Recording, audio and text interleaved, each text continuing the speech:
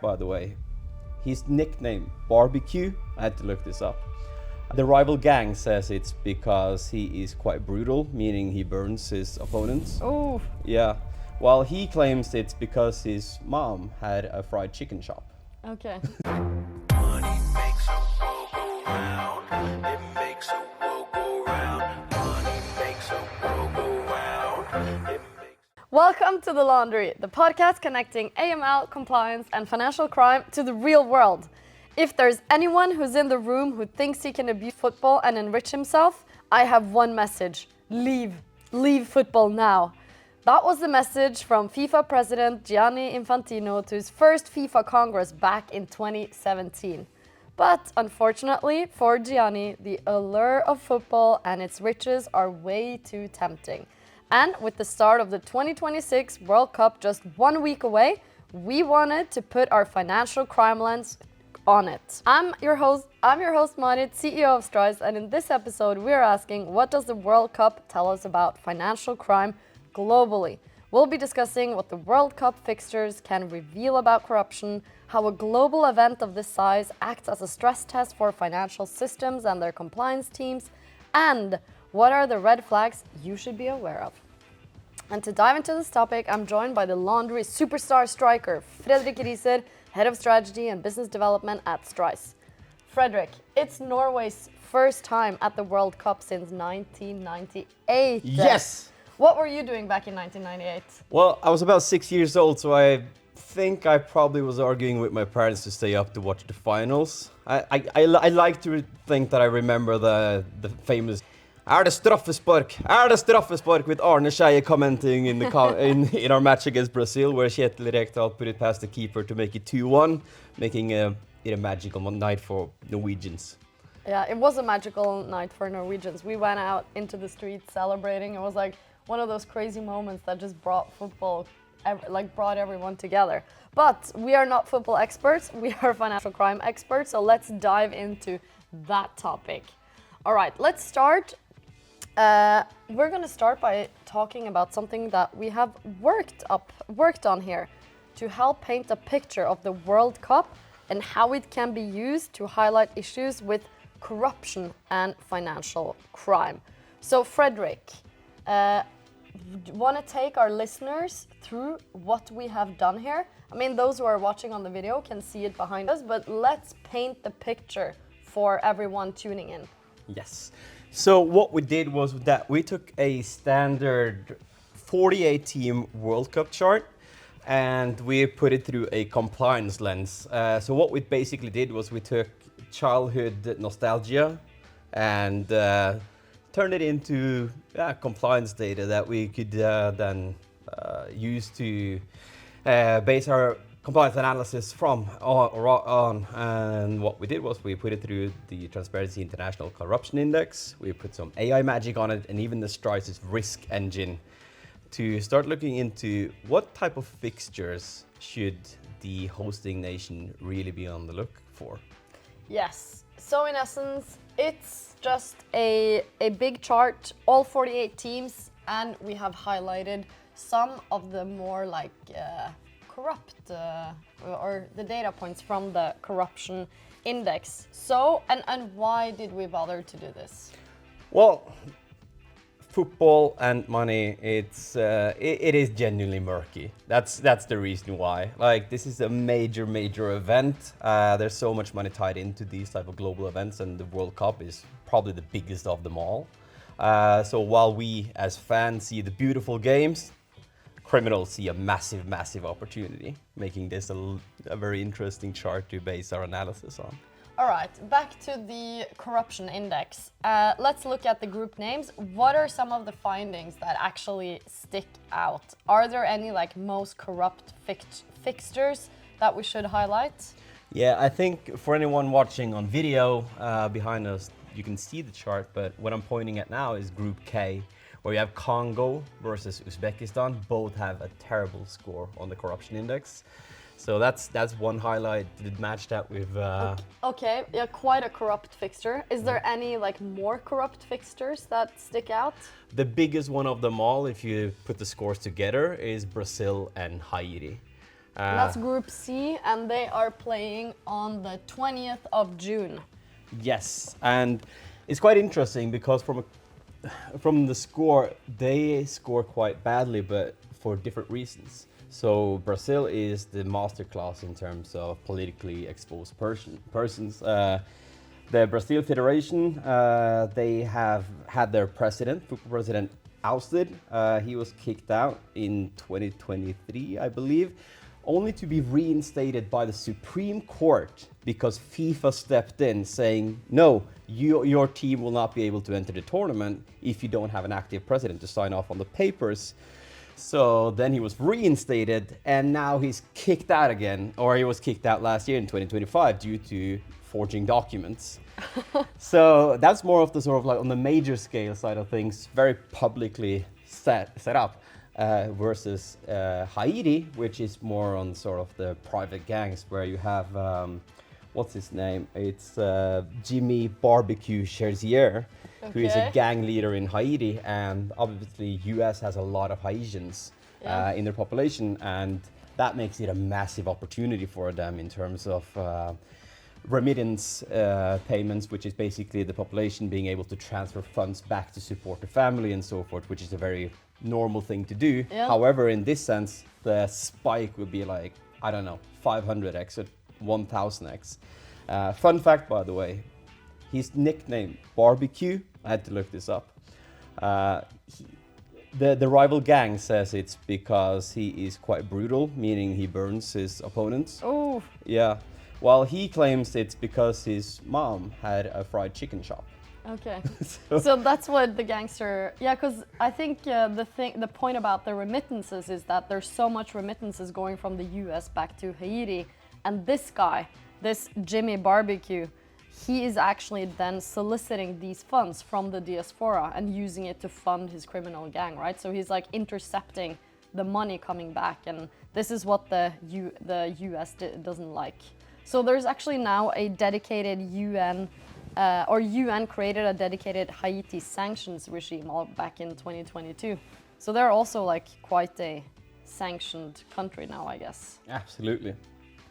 All right. So we looked at some of the most corrupt fixtures. We had Congo, Uzbekistan, Brazil versus Haiti. But what are some of the more cleaner fixtures when it comes to corruption? Well, I'm saying this in an objective manner. Yeah, we are referring back to the Yeah. corruption index here and calculating the scores. Yeah, not through just being two Norwegians talking about this, but as an example, we have Sweden and the Netherlands, which both score incredibly well on the corruption index score. Yeah, Then Netherlands that's a have fixture 78 and Sweden have 80 points on the corruption index. out of 100. Yes. And obviously, for anyone listening, I think this is quite confusing sometimes. But like, if you're low on the corruption index, Yeah. that means you're actually really bad. Yeah. So like having a high score is really good. Okay, so yeah, Netherlands and Sweden, they are playing in Houston.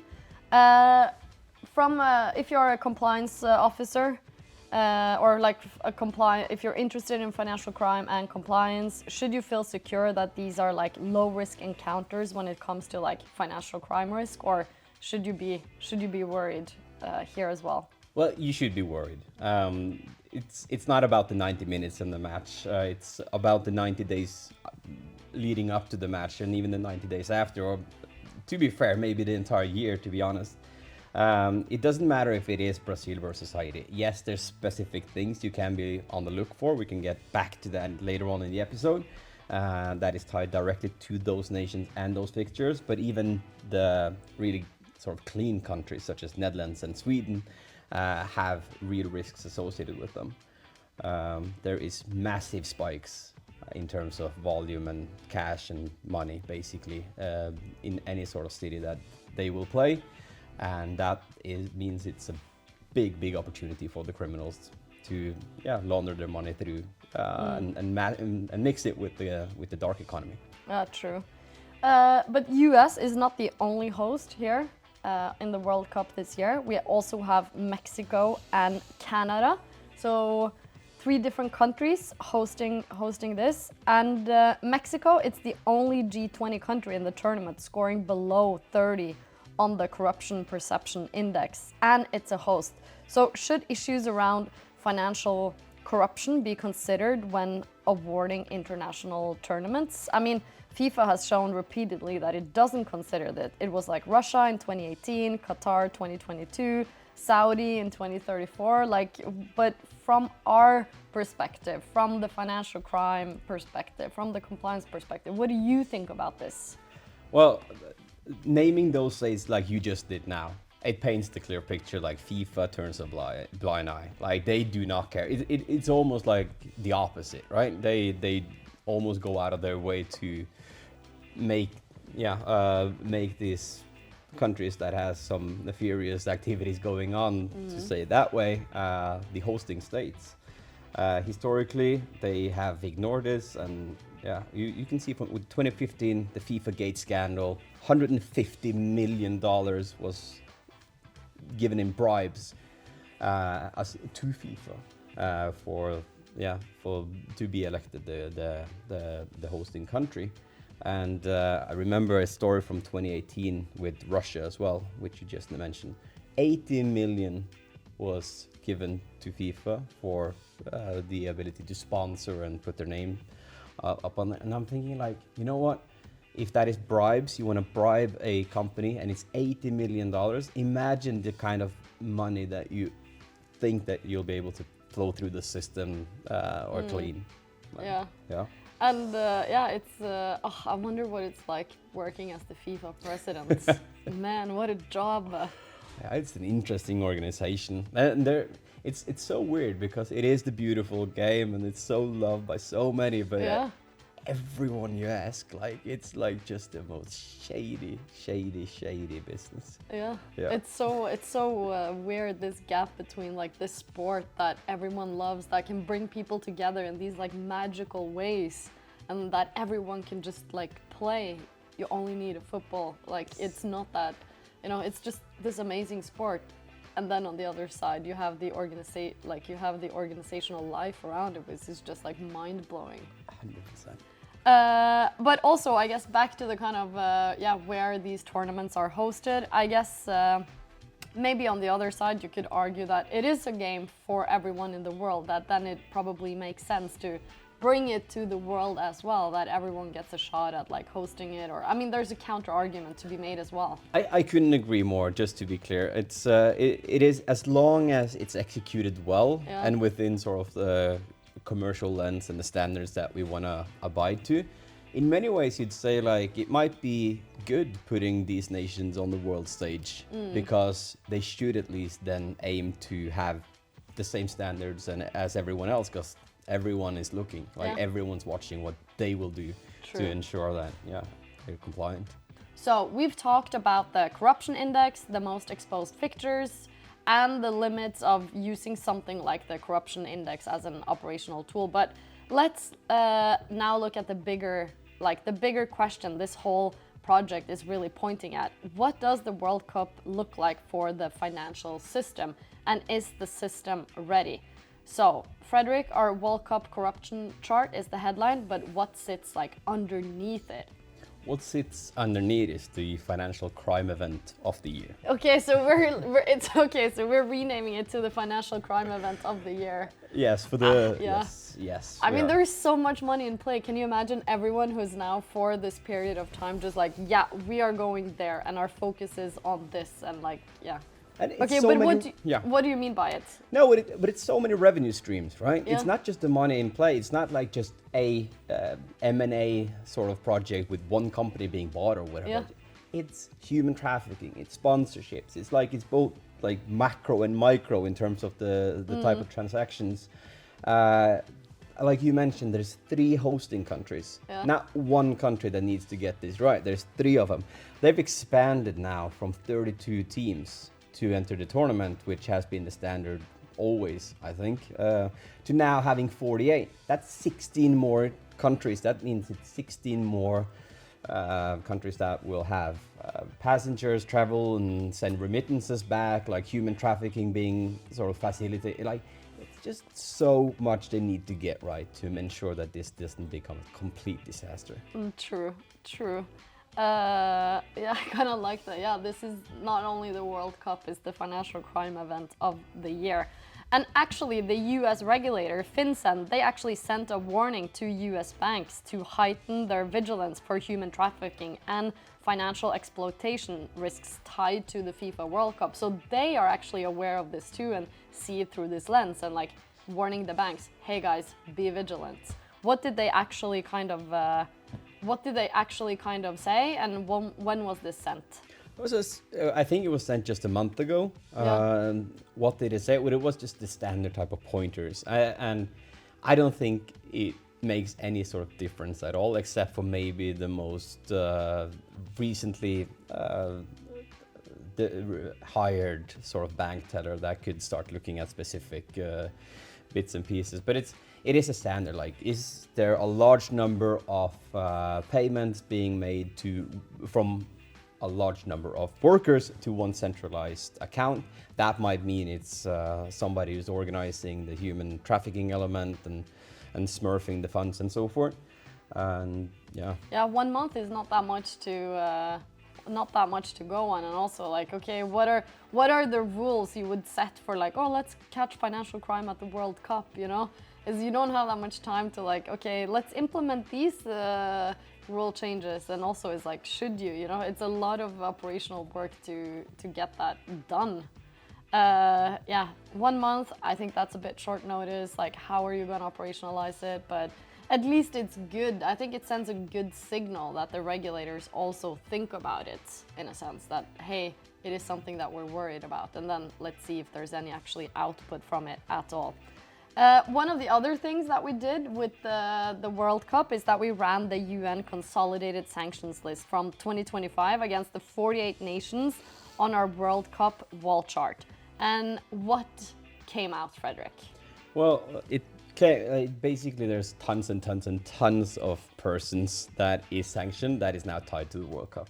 Over 1,500 active sanctioned records from the UN list overlaps with individuals associated with the nations that is joining. Yeah, that's true. It's like almost 1,000 individuals and almost 600 entities. Yeah, meaning companies, federations, Yeah. and yeah.